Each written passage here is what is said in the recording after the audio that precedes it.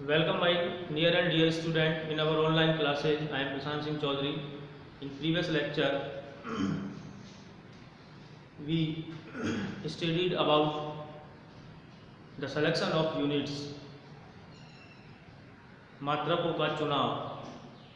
हमने ये देखा था कि मात्रकों को चुनाव करते समय कुछ इम्पोर्टेंट बातें हैं जिनका हम ध्यान रखते हैं, जिसमें से पहली चीज़ है कि मात्रकों का जब चुनाव किया जाता है तो ऐसा करते हैं हम कि मात्रक जो है वो सर्वमान्य हो, यानी सब लोग उनको पहचानें। सेकंड बात, मात्रकों का चुनाव करते समय ये ध्यान रखना चाहिए कि उनको हम रिकंस्ट्रक्ट कर सकें, यानी उनको दोबारा क्रिएट कर सकें, रिक्रिएटेड कर सकें, दोबारा बना सकें। मैंने आपको एग्जाम्पल भी दिया था, आप आइसक्रीम खा रहे हो, किसी का ये 0 डिग्री सेल्सियस टेम्परेचर है, कुछ देर बाद बेचारा वो देखने आया कि भाई दिखाना वो 0 डिग्री सेल्सियस, आप तो खा गए, वो मेल्ट हो गए, कहाँ से दिखाएंगे आप 0 डिग्री सेल्सियस। मात्रक ना ज़्यादा बड़े होने चाहिए ना ज़्यादा छोटे होने चाहिए। ठेले पर जाकर के किसी दुकान पर जाकर के आप कहो 5000 ग्राम टमाटर दे दो तो बेचारा घबरा के मर जाएगा, कहो 5 किलो टमाटर दे दो। समझ में आया? टेम्परेचर या प्रेशर का उसके ऊपर किसी तरीके का कोई इफेक्ट नहीं होना चाहिए। ऐसा नहीं हो कि सर्दियों में तो वो आपका 1 मीटर बड़ा होकर के 1.5 मीटर हो जाए और गर्मियों में वो 1 मीटर जो है वो छोटा हो जाए, या जो भी है, लेकिन चेंज नहीं होना चाहिए कुल मिला के उसकी वैल्यू। ये हमने पढ़ा था। आज मैं आपको बहुत ही इंपॉर्टेंट टॉपिक पढ़ाने जा रहा हूँ, डायमेंशंस यानी विमाएँ। एक चीज़ और मैं आपको आज कंफर्म कर देता हूँ कि हमारा जो एनसीईआरटी का सिलेबस अब चल रहा है उसके अकॉर्डिंग ये जो चैप्टर है ये पहला चैप्टर नहीं है। तो कुछ कन्फ्यूजन रहता है कि पहला चैप्टर क्यों नहीं पढ़ाया जा रहा। पहला चैप्टर है 1857 क्रांति, समझ में आया? यानी वो पूरा का पूरा थ्योरेटिकल है, जिसमें आप जब आपको कभी बोर महसूस हो, जब आप सोने जा रहे हो, नींद ना आए, तो उसको बैठ करके उसको रामायण को पढ़ लेना। मेरे लायक पढ़ाने की कुछ भी चीज़ नहीं है उसमें, बैठा दिमाग में। मैं कंसेप्ट पढ़ाता हूँ और जहाँ से कंसेप्ट स्टार्ट हो रहे हैं वो मैं आपको बता रहा हूँ। मैं फिजिक्स पढ़ा रहा हूँ, समझ में आई बात? वो चैप्टर आपको बस ये बताता है कि कितने प्रकार की भौतिकी होती है जिनका कभी आपको जीवन में कभी कोई काम नहीं आएगा। ये मैं गारंटी दे रहा हूँ आपको। बाकी फिर भी एक क्लास आपको बना दी जाएगी उसके लिए, अगर आप ज़्यादा इंटरेस्टेड हैं तो देखें जहाँ से समझाया जा रहा है वहाँ आप सीखने की कोशिश करें। चिंतित ना हो, कंफ्यूज ना हो, भरोसा रखें। गारंटी दे रहा हूँ आपका कंसेप्ट इतना पक्का हो जाएगा कि आप जीवन में कभी इस सब्जेक्ट को लेकर तो कहीं अटकेंगे नहीं, कहीं आप मिसकंसेप्ट नहीं होंगे। तो हम बात कर रहे हैं विमाएँ क्या चीज़ है। मैंने 2 तरीके की भौतिक राशि पढ़ाई थी, मूलभूत भौतिक राशि फंडामेंटल एंड ड्राइव्ड, यानी व्युत्पन्न भौतिक राशि। मूलभूत भौतिक राशियाँ जो होती हैं, यानी जो फंडामेंटल क्वांटिटीज होती हैं, वो किसी पर डिपेंड नहीं करती, उनको बनाया नहीं जाता। और बेसिकली ऐसा ही सिस्टम में 7 प्रकार की होती है। मैं 3 प्रकार की थोड़ा सा फिलहाल के लिए देख रहे हैं। एक होता है द्रव्यमान, लेंथ एल, द्रव्यमान यानी मास इंग्लिश में, लेंथ यानी एल, ठीक है बच्चों, और टी यानी टाइम यानी समय। ये 3 फंडामेंटल क्वांटिटी है। अब आए अपने टॉपिक पे, विमाएँ क्या। मैंने यहाँ पे लिखा त्वरण, एक्सेलरेशन।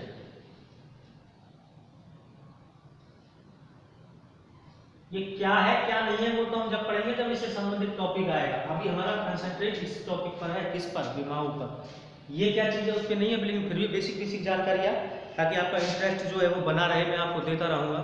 एक्सेलरेशन या त्वरण मिला है, बना है वर्ड एक्सीलेटर। एक्सीलेटर आप जानते हो गाड़ियों में लगा रहता है, जो रेस स्पीड वेलोसिटी को कम या ज़्यादा करता है, वेग को कम या ज़्यादा करता है। मोटरसाइकिल में भी आपने देखा होगा एक्सीलेटर लगा हुआ होता है, वहाँ से ये एक्सीलेटर बना है। जब किसी वस्तु का वेग जो है, जो वेलोसिटी है, वो है जब चेंज होती है, कम हो या फिर ज़्यादा हो, तो त्वरण उत्पन्न होती है। एक ऋणात्मक त्वरण होती है जब वेग कम होता है, और एक धनात्मक त्वरण होती है जब वेग बढ़ता है। लेकिन कुल मिलाकर के जब भी वस्तु का वेग परिवर्तित होता है, वेग में चेंजेज आते हैं, तब त्वरण उत्पन्न होती है, ठीक है? इसका फॉर्मूला होता है वेग में परिवर्तन बटे समय। लेकिन मैं परिवर्तन वर्ड यहाँ पर इसलिए यूज नहीं कर रहा कि अभी उसका हमारे पास में काम कोई यूज नहीं है। बाकी ये वेग में क्या होता है, परिवर्तन होता है। ठीक है, वेलोसिटी अपॉन टाइम। ठीक है, ये होता है त्वरण। बाकी ये वेग में चेंजमेंट होता है, चेंज यानी परिवर्तित वेग होता है ये। लेकिन आपको एक बात समझ में आ रहा होगा कि वेग में परिवर्तन होने के बाद में कोई घोड़ा निकल के आएगा कि वेग निकल के आएगा, इसलिए मैं उसको ज़्यादा फोकस नहीं कर रहा हूँ। अरे 5 मीटर प्रति सेकंड वेग को 4 मीटर प्रति सेकंड वेग में बदल दिया, कम कर दिया, तो 4 मीटर प्रति सेकंड वेग ही तो है। ऐसे थोड़ी वेग में बदलाव करके कुछ और निकल के भाग जाएगा, समझ में आया? अब बात क्या है, मुझे इस त्वरण की शकल इन तीनों में चाहिए, यानी द्रव्यमान के पदों में, लंबाई के पदों में और समय के पदों में। इनके अलावा मुझे कोई पसंद ही नहीं आता है, बस ये 3 पसंद आता है। कौन कौन? द्रव्यमान, लंबाई, लेंथ एंड टाइम, यानी समय। मास, लेंथ और टाइम 3 पसंद आते हैं, बाकी कोई पसंद ही नहीं आ रहा। तो मुझे इनको चेंज करना पड़ेगा। कैसे चेंज करेंगे भाई? यदि मुझे इनकी शकल फंडामेंटल क्वांटिटी की फॉर्म में चाहिए, मूलभूत भौतिक राशि की फॉर्म में, तो सर ये तो ठीक है, मुझे पसंद आ रहा है क्योंकि ये उसमें है, लेकिन वेग नहीं है ना। तो वेग का अगेन फॉर्मूला होता है, ध्यान से देखें, विस्थापन यानी डिस्प्लेसमेंट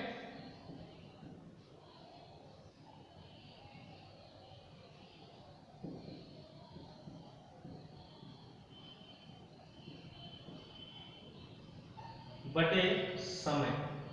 ये वेग का फॉर्मूला ध्यान रखना। और एक समय पहले से मौजूद है, ये तो वेग का फॉर्मूला लिखा है विस्थापन बटे समय, एक समय नीचे पहले से मौजूद है, तो समय का क्या हो गया यहाँ पे? स्क्वायर। अब आप कहोगे सर ये विस्थापन भी तो नहीं है, इसमें है। देखिए बेटा, मैं एक पॉइंट ए से और बी पॉइंट तक जाता हूँ और मैं ऐसे घूम घूम करके जा रहा हूँ। इस पूरी लेंथ को अगर आप नापोगे तो उसको कहेंगे डिस्टेंस यानी दूरी, और अगर आप इसको एक स्ट्रेट लाइन से मिला दोगे तो इसी को कह देते हैं क्या? विस्थापन। सब जानते हो क्या है? क्या विस्थापन एक प्रकार की लंबाई नहीं है? या दूरी भी एक प्रकार की लंबाई नहीं है? बैठा दिमाग में? तो ये विस्थापन एक प्रकार की क्या है? लंबाई है। तो आप इस विस्थापन को ऐसे भी लिख सकते हो, क्या? लंबाई यानी लेंथ बटे, तो यह पावर कुछ नहीं है तो मतलब 1 है, बटे समय का स्क्वायर। अगेन आप इसको ऐसा भी लिख सकते हो, लंबाई की पावर 1 और समय की पावर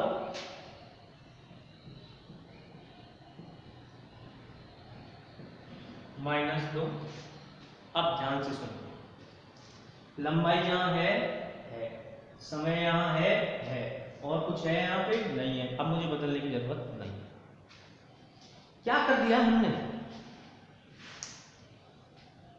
एक ड्राइव क्वांटिटी को जो किस पे डिपेंड कर रही थी, एक व्युत्पन्न राशि को जो वेग और समय पे डिपेंड कर रही थी, एक ऐसी राशि में बदल दिया जो किसी पे डिपेंड नहीं करती। अब इसका कोई फॉर्मूला नहीं होता, ये तो नाप के ही बताना पड़ेगा। समझ में बैठ रहा है?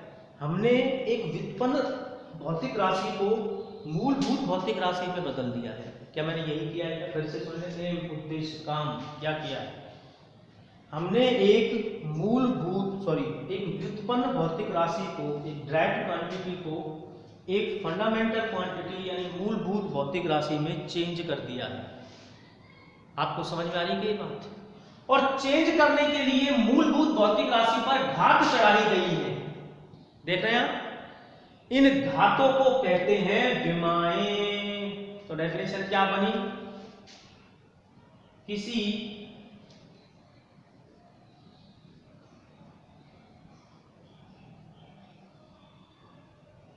व्युत्पन्न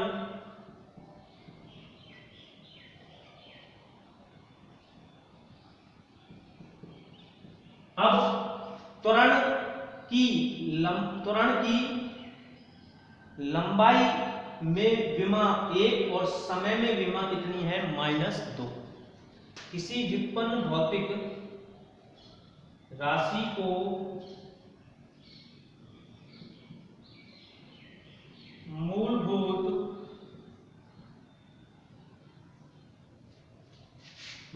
भौतिक राशि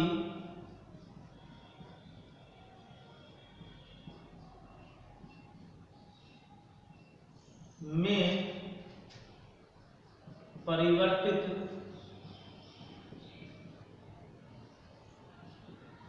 करने हेतु मूलभूत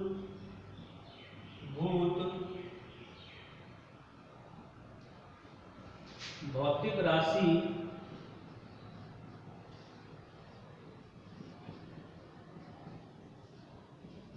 पर चढ़ाई गई घातों को उस मतलब व्युत्पन्न भौतिक राशि उस भौतिक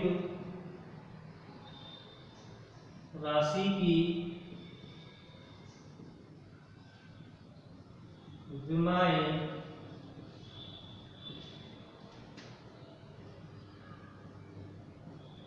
कहते हैं।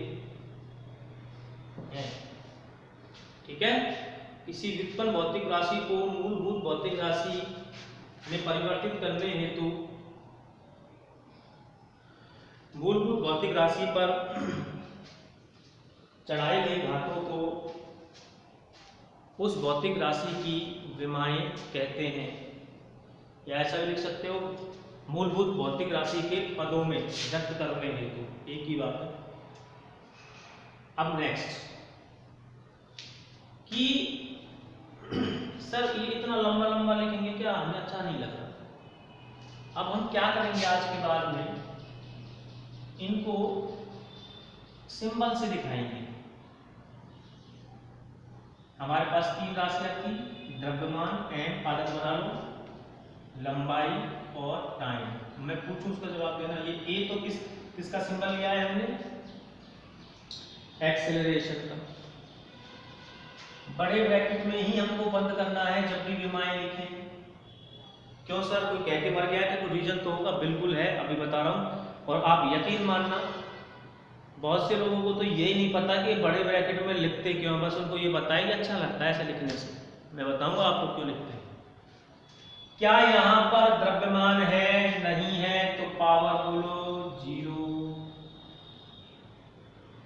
क्या यहां पर द्रव्यमान है, नहीं है, तो पावर कितनी लिख देंगे हम, 0। बैठा दिमाग में। क्या यहां पर लंबाई है, कितनी बार है, 1 बार, तो पावर बोलो 1। क्या यहाँ पर समय है, कितनी बार है, 2 बार, प्लस या माइनस, तो पावर कितनी लगा देंगे, -2। बैठा दिमाग में। इसको कहते हैं, इसको, ये जो आपने RHS लिखा है, विमीय सूत्र। क्या कहते हैं, विमीय सूत्र, यानी डायमेंशनल फॉर्मूला। दोनों LHS और RHS को मिलाकर के, दोनों LHS RHS को मिलाकर के, इसको भी और इसको भी मिलाकर के कहते हैं विमीय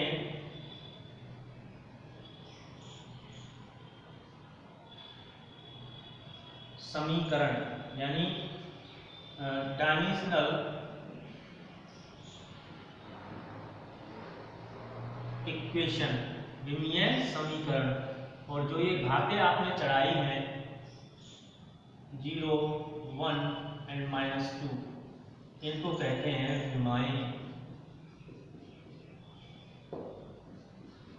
सब चीज खोल खोल के बता दी है। अब जो इम्पोर्टेंट बात है, क्या ये बड़े ब्रैकेट में क्यों बंद करते हैं, देखें। विमाएं लिखते समय बड़े बिग ब्रैकेट, बड़े कोष्ठकों का उपयोग किया जाता है।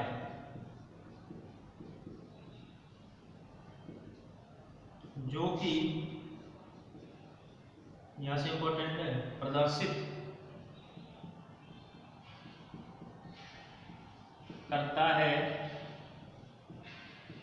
कि उपरोक्त विमीय संबंध है गणितीय या परिमाणों का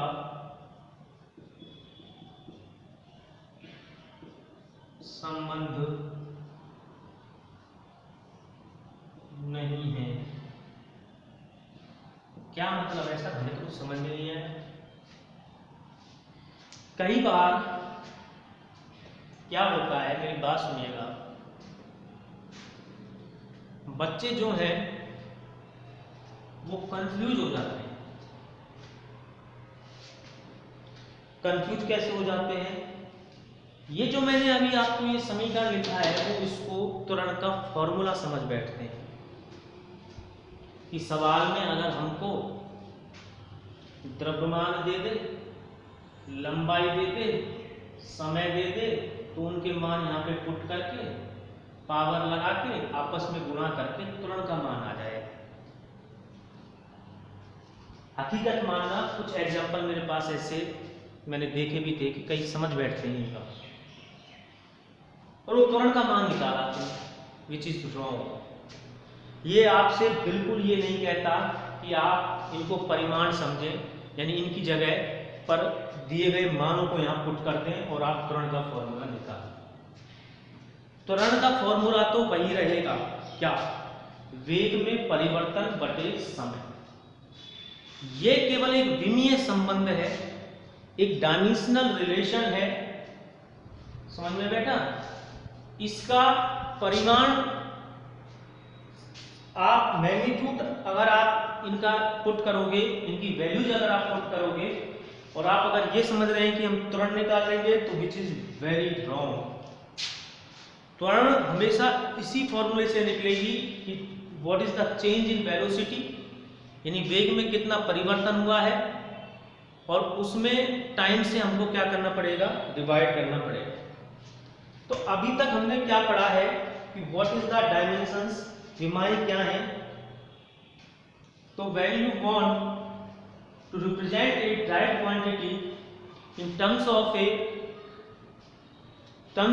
terms of fundamental quantities, then powers which are raised at fundamental quantities are known as dimensions of that physical quantity। किसी व्युत्पन्न राशि को, हमारा एम है भौतिक राशि, मूलभूत भौतिक राशि के पदों में हम व्यक्त करना चाहते हैं, प्रदर्शित करना चाहते हैं, तो हमको उस मूलभूत भौतिक राशि पर भार चढ़ानी पड़ती है, और जितनी आप भार चढ़ाते हो उसे उस भौतिक राशि की विमाएं हम कहते हैं। उसके बाद मैंने बताया था कि विमाएं लिखने पर आप बड़े ब्रैकेट का यूज करेंगे। अभी जैसा कि मैं आपको बता रहा था, वो बड़े ब्रैकेट ये शो करते हैं कि आप मैथमेटिकल रूप से ये फॉर्मूला या ये इक्वेशन नहीं बना रहे हो, ये केवल एक विमाओं का संबंध है। आप इसका यूज एक्सेलरेशन, त्वरण निकालने के लिए कभी भी मत कर लेना, आंसर बिल्कुल रॉन्ग आएगा। त्वरण हमेशा उसी फॉर्मूले से निकलेगी कि वेग में कितना चेंज हुआ है और कितना नीचे कितना समय। एक चीज और, अगर कुछ बच्चे समझ रहे हैं कि सर जब m यहाँ पे है ही नहीं तो m की पावर 0 लिखने का मतलब क्या है? कुछ भी मतलब नहीं है। लिख दें तो बढ़िया, नहीं लिखें तो भी बढ़िया। बड़े ब्रैकेट में आप बस इतना सा भी लिख सकते थे कि l की पावर 1 और t माइनस 2, और पूरा लिखना चाहें तो आप पूरा भी लिख सकते हैं। एक चीज जो भी कंफ्यूजन आपके दिमाग में शायद आ रहे होंगे, आई थिंक अब वो सब क्लियर हो गए होंगे। m की पावर 0 आप लिख दो तो बढ़िया, अब ना लिखो तो भी बढ़िया। आप केवल इतना सा भी लिख सकते हो L1 t माइनस 2, ये आपकी चॉइस है, आप क्या लिखना चाहें। बैठा दिमाग में? अब हम क्या करने वाले हैं अब आगे? अब हम एक एक भौतिक राशि उठाएंगे, उन भौतिक राशि के मात्रक प्लस उसकी विमाएं निकालेंगे। उन भौतिक राशियों के बारे में, जो भौतिक राशि आएंगी आपको लेकर के ये जरूर ख्याल आएगा कि एक्चुअल में ये है क्या। तो आपको एक चीज पक्की बात समझ लें, बिल्कुल कंफ्यूज नहीं होना है, ये क्या है या क्या नहीं है, ये सब पूरे आगे आने वाले चैप्टर में आपको क्लियर हो जाएगा। लेकिन फिर भी बच्चों की एक इंटरेस्ट के लिए, उनको समझाने के लिए हम एक्चुअली मैं जो भौतिक राशि आती चली जाएंगी उन भौतिक राशियों के विषय में, उन भौतिक राशियों के बारे में आपको कुछ नॉलेज में देता रहूँगा ताकि आपका इंटरेस्ट जो है वो बना रहे।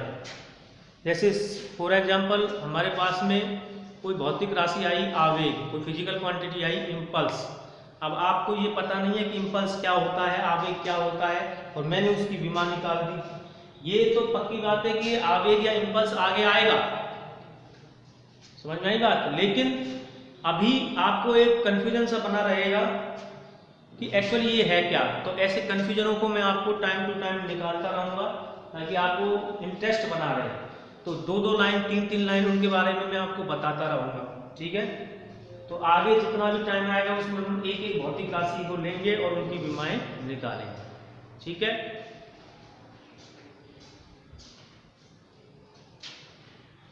अभी मैं एक भौतिक राशि ले रहा हूँ, आज शुरुआत कर देता हूँ।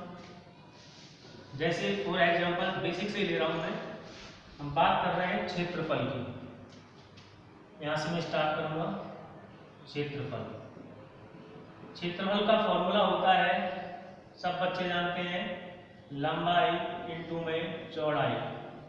लंबाई और चौड़ाई दोनों ही एक प्रकार की, लंबाई यही है, आप केवल डायरेक्शन का फर्क पड़ता है, आप किस दिशा से नाप रहे हो। चौड़ाई लंबाई नहीं होती है क्या। तो यहाँ पर आप लंबाई का स्क्वायर लिखेंगे तो विमा बड़े ब्रैकेट में क्या आ जाएगी, l की पावर 2। m0 t0 चाहो तो लिख दो, चाहो तो मत लिखो, ऐसा भी लिख सकते हो आप। m0 लंबाई कितनी बार आ रही है, 2 बार। द्रव्यमान है क्या इसमें, नहीं है। समय है क्या इसमें, नहीं है। तो आप इसको ऐसा भी लिख सकते हो, कभी l को भी लिख सकते हो। मात्रक मीटर गुणा मीटर, सब बच्चे जानते हैं, मीटर का स्क्वायर। नेक्स्ट आयतन, सब जानते हैं, लंबाई इंटू चौड़ाई इंटू में ऊंचाई, यानी 3 बार लंबाई आ रही है, एक बार ऊंचाई की फॉर्म में, एक बार चौड़ाई की फॉर्म में, एक बार खुद आ रही है। तो क्या विमा बनेगी, l की पावर 3। द्रव्यमान और समय इसमें मौजूद है क्या, नहीं है। तो चाहो तो m की पावर 0, l t की पावर 0 लिख सकते हो। लंबाई है कितनी बार है, 1 2 3, तो 3 पावर 3 लगा दें। मात्रक क्या हो गया इसका, मीटर क्यूब, ठीक। ये 2 आज हम निकाल के जा रहे हैं, केवल शुरुआत की है। कल से हम एक एक भौतिक राशि को पढ़ेंगे, उसके बारे में विमाएँ निकालेंगे। Thank you.